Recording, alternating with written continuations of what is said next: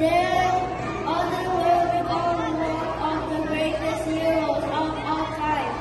Moses raised as an Egyptian, raised alongside his adopted brother Ramses, discovers his true Hebrew heritage.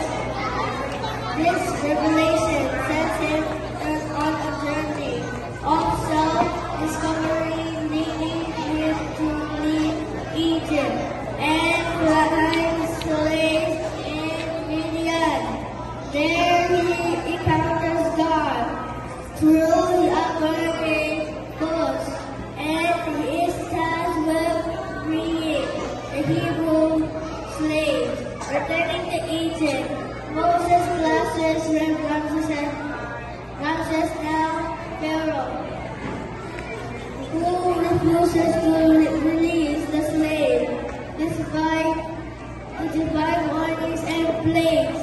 Ultimately, the angel of death strikes Egypt, killing Ramses' son.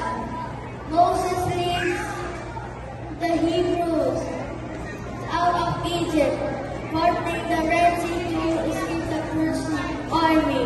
Ramses' refusal